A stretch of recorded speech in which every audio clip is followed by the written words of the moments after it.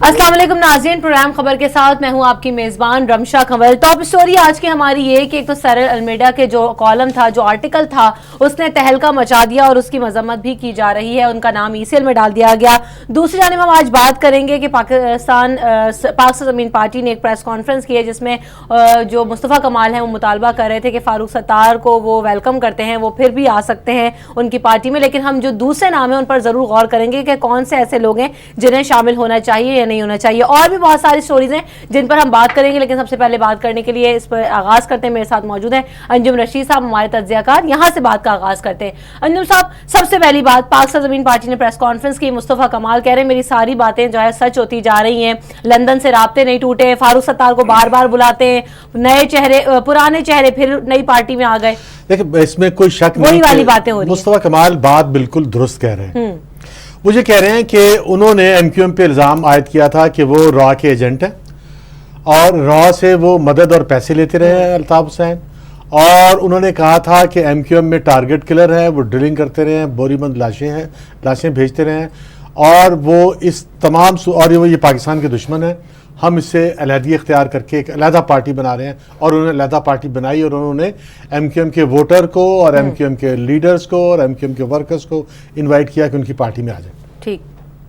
لیکن ہوا یہ کہ بیچ میں الطاف حسین نے ایک جو ہے وہ نو بال کرائی۔ انہوں نے کیا یہ کہ انہوں نے پاکستان مرد آباد کا نعرہ لگا دیا، اور پاکستان مرد آباد کے نعرے کے بعد وہ اتنے کلیئرلی جو لوگوں کی نظروں میں آ گئے کہ یہ پاکستان کے دشمن ہے، اور اس پر فاروق ستار نے ان کو اپنے آپ سے الگ کر لیا۔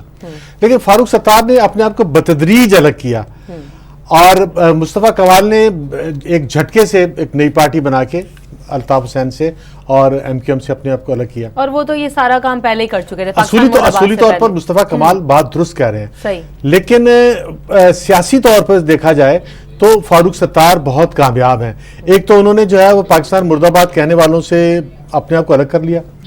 اور ساتھ میں وہ کہہ رہے ہیں کہ جو تشدد کرنے والے اور ٹارگٹ کلر اور ڈرلنگ کرنے والے اور لوگوں کی لاشیں بوریوں میں بند کرنے والوں سے اپنے آپ کو الگ کر رہے ہیں، اور وہ ایک پرامن سیاست کا آغاز کر رہے ہیں۔ اور ساتھ میں انہوں نے یہ بھی کیا کہ الطاف سے اپنے آپ کو الگ کر لیا، جس کے خلاف مصطفیٰ کمال سرگرم تھے، اور بات مصطفیٰ کمال کی ہی درست ثابت ہوئی، اور مصطفیٰ کمال نے جو کہا وہ فاروق ستار نے بھی مان لیا۔ فاروق ستار نے بھی الطاف حسین کی مذمت کر دی، فاروق ستار نے بھی الطاف حسین کے خلاف مقدمہ چلانے کی بات کر دی، فاروق ستار نے بھی جو ہے وہ را کے ایجنٹ اور پاکستان کے دشمن سے اپنے آپ کو الگ کر لیا، یہی جو مصطفیٰ کہہ رہے تھے۔ لیکن فاروق ستار نے اتنی دانش مندی کے ساتھ کیا کہ انہوں نے جو اراکین اسمبلی تھے MQM کے، اراکین سینٹ تھے، صوبائی اسمبلی تھے، ان کو بھی ساتھ رکھا، اور ساتھ میں MQM کا جو ووٹر ہے وہ انہوں نے اپنے ساتھ جوڑے رکھا ہے۔ اب تک تصور یہ ہوتا ہے کہ MQM کا ووٹر جو ہے فاروق ستار کے ساتھ ہے۔ آج کی پریس کانفرنس سننے کے بعد مجھے ایک چیز کا آپ جواب دیجیے گا کہ بار بار مصطفیٰ کمال یہی بات کرتے آئے ہیں کہ فاروق ستار کو ہمیشہ ویلکم کیا ہے، وہ معصوم ہیں، انہیں ہمارے ساتھ ہونا چاہیے، ہم ان کو ایک موقع اور دینا چاہتے ہیں، ہمارے ساتھ آئیں۔ فاروق ستار کو بار بار مصطفیٰ کمال کیوں بلاتے ہیں؟ اچھا، فاروق ستار کو مصطفیٰ کمال کا پہلے دن سے موقف یہ تھا کہ فاروق ستار معصوم ہے۔ اس کا مطلب یہ تھا کہ فاروق ستار ٹارگٹ کلر نہیں ہے، فاروق ستار تشدد کے واقعات میں جو MQM سے منسوب ہوتے ہیں اس میں ان کا تعلق نہیں تھا، یہی مصطفیٰ کمال کہتے ہیں۔ اور فاروق ستار جو ہے وہ را کے بھی ایجنٹ نہیں ہے، نہ انہوں نے را سے پیسے لیے ہیں، نہ وہ را کے لیے کام کرتے ہیں، اور وہ پاکستان کے بھی دشمن نہیں ہے، یہی بس اس کا مطلب یہی تھا۔ لیکن فاروق ستار نے اپنے آپ کو اسی MQM میں رہتے ہوئے، جس کے لیڈر نے پاکستان مرد آباد کا نعرہ لگایا، اپنے آپ کو اس طرح سے ڈھالا کہ MQM کو وہ پاکستان کی مین سٹریم پولیٹکس میں لے آئے، جو پرو پاکستان پولیٹکس ہے، اور ساتھ ہی انہوں نے جو ہے وہ اپنے آپ کو الطاف حسین سے الگ کر لیا۔ اور جو ووٹ بینک ہے، اصل بات تو جو آخری جو کامیابی ہے وہ تو اس بات پہ ہے کہ ووٹ بینک کس کے ساتھ ہے، کراچی کا ووٹر کس کے ساتھ ہے۔ تو اب تک بظاہر نظر یہ آ رہا ہے کہ کراچی کا ووٹر جو ہے وہ MQM فاروق ستار کے ساتھ ہے، اور فاروق ستار انٹیکٹ کیے ہوئے ہیں۔ اور اگر فاروق ستار اپنے آپ کو جو ہے وہ MQM کو تشدد سے الگ کر لیتے ہیں، MQM کو را سے الگ کر لیتے ہیں، MQM کو پاکستان دشمن عناصر سے الگ کر لیتے ہیں، اور MQM کا ووٹ انٹیکٹ رکھتے ہیں، اور MQM کو پاکستان کی مین اسٹریم پولیٹکس کے اندر پرامن ڈیموکریٹک اور کانسٹیٹیوشنل پولیٹکس کے اندر لے آتے ہیں، اور ووٹ بینک بھی اپنے ساتھ رکھتے ہیں، تو پھر فاروق ستار کامیاب ہیں، اور مصطفیٰ کمال کامیاب نہیں ہے. اچھا ایک چھوٹی سی بات کا مجھے جواب دے دیے گا, اس کے بعد سارا المیڈا کی جو خبر ہے اس پر بات کرتے ہیں. آج مصطفیٰ کمال نے ایک اور بات کہی, انجم صاحب ذرا سنیے گا. انہوں نے کہا کہ دیکھیں اچھے لوگوں کو تو سبھی لوگ جمع کر لیتے ہیں نا, وہ یہ کہہ رہے ہیں کہ ہم برے جو ایم کیو ایم کے ورکرز ہیں ان کی بات کریں. اگر میں رہنماؤں کی بات نہیں کر رہی ہوں, رہنماؤں کو تو انہوں نے منع کر دیا, ہمیں لسٹ دیتے ہیں ہم باہر لگا دیں گے, ہم ان کو نہیں بلاتے. لیکن وہ یہ کہہ رہے ہیں کہ ایسے نوجوان جو کہ برائی کرنے کا ارادہ کیوں ہیں, جن کو آپ نے اسلحہ پکڑا دیا ہے, ہمارے پاس سے آپ کو کوئی کرمنل نظر نہیں آئے گا. ہم کہتے ہیں بھائی ہتھیار پھینکیں, کتابیں خریدیں اور موقع دیں. تو مصطفیٰ کمال ایک موقع کی تلاش کر رہے ہیں, تو کیا یہ موقع ملتا نظر آئے گا؟ اور جو نوجوان ہیں جن کے ہاتھ میں ہتھیار ہیں, انجم صاحب کتابیں تھما پائیں گے مصطفیٰ کمال صاحب کراچی میں؟ دیکھیں ایک بات جو ہمارے نیشنل ایکشن پلان میں بھی ہے کہ جو ٹیررزم ہے, جو ٹارگٹ کلنگ ہے, یا جو تشدد ہے, یا لوگوں کو تشدد کرنا, ڈرل کرنا, ان کے قتل کر کے لاشیں بوری میں بند کرنا, یہ جو واقعات ہیں یہ پولیس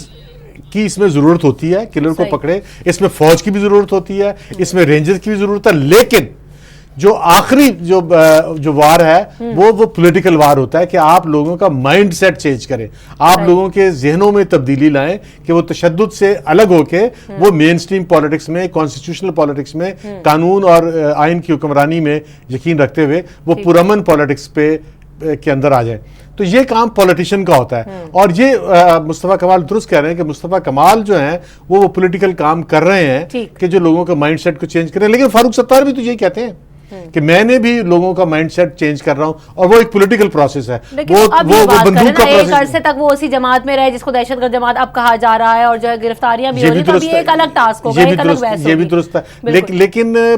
کراچی میں اور پاکستان میں امن جو ہے وہ صرف پولیس اور رینجرز کی ذریعے نہیں آ سکتا. پولیس اور رینجر کے ساتھ جو ہے وہ بیانیے بھی چینج کرنا پڑے گا, اور وہ جو ہے وہ اس کو بھی لانا پڑے گا. جی ٹھیک ہے, صحیح. انجم رشید صاحب اب ذرا اگلی کنٹروورشل خبر کے بارے میں بات کرتے ہیں, جہاں پر ای سی ایل میں بھی یہ سارر المیڈا کا نام ڈال دیا گیا, اور ایک اعلیٰ سطح کا اجلاس ہوا تھا جس کے بارے میں سارر المیڈا نے جو ہے وہ خبر لیک کی, اور یا جسے کہا جا رہا ہے لیک کہا جا رہا ہے, بیسیکلی وہ خبر تھی. اب اس میں پہلی بات تو یہ صداقت کتنی تھی کہ کیا واقعی سول اور فوجی قیادت کے درمیان دہشت گرد تنظیموں کو لے کر اختلافات سامنے تھے انجم صاحب؟ اور دوسری بات یہ پھر نام ای سی ایل میں کیوں, وزیر اعظم ہاؤس کی جانب سے مذمت کیوں, ایک خبر پہ اتنا بڑا ایکشن؟ دیکھیں جو پچھلا دور تھا اس میں میاں نواز شریف نے مختلف اخبارات پر پابندی لگانے کی بھی کوشش کی, اخبارات بند کرنے کی بھی کوشش کی, اور بھی بڑے حربے آزمائے. مختلف جرنلسٹوں کے گھروں پہ حملے بھی ہوئے میاں نواز شریف کے زمانے میں, مختلف جرنلسٹوں کی کاروں کو آگ لگائی گئی, ان پہ تشدد کے واقعات بھی سامنے آئے. لیکن اب یہ جو ابھی دور ہے,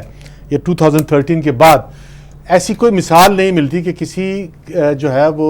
جرنلسٹ کے خلاف جو ہے وہ کارروائی کی گئی. اور سرل المیڈا جو ڈان اخبار کے رپورٹر ہیں ان پر جو ہے اس دور میں 2013 کے بعد, بلکہ 2008 کے بعد سے, جب سے پیپلز پارٹی کی گورنمنٹ آئی اور پیپلز پارٹی کے بعد یہ گورنمنٹ, اس پورے پیریڈ میں 8 سالوں میں کسی جرنلسٹ پہ پابندی کا کوئی واقعہ نہیں. یہ پہلی دور میں پابندی لگی. اچھا, پابندی اس بات پہ لگی کہ لشکر طیبہ اور جیش محمد کے بارے میں جو ہے وہ سول ایڈمنسٹریشن کا موقف یہ تھا کہ اس کی وجہ سے پاکستان دنیا میں تنہا ہو گیا ہے, اور ایون چین بھی پاکستان سے ناراض ہو گیا. چین بھی جو ہے وہ ہمارے ساتھ نہیں ہے, وہ بھی کہہ رہا ہے کہ پابندی لگے گی. اور اس صورتحال میں جو ہے وہ کیا کہتے ہیں کہ اب یہ ایک میٹنگ کا واقعہ سرل المیڈا نے رپورٹ کیا, جس میں سول قیادت, جس میں میاں نواز شریف اور شہباز شریف تھے, اور فوجی قیادت جو ہے جس میں آئی ایس آئی کے ڈی جی تھے رضوان اختر صاحب, ان کے درمیان جو ہے وہ چپکلش ہوئی, اور پھر یہ طے ہوا کہ لشکر طیبہ اور جیش محمد کے خلاف کارروائی کی جائے گی. یہ ایک اجلاس کی اندرونی کہانی انہوں نے رپورٹ کی تھی. اب یہ سول گورنمنٹ کہہ رہی ہے کہ یہ غلط طور پہ رپورٹ ہوئی ہے. اچھا, مجھے یہاں پہ ایک بات بھی بتا دیں, پھر آپ آگے بات کو بھی بڑھائیے گا انجم صاحب. ایک چیز کہ جرنلسٹک نارمز اور ویلیوز کیا کہتی ہیں, کیونکہ آپ کا ایک طویل ایکسپیرینس ہے صحافت میں, تو کیا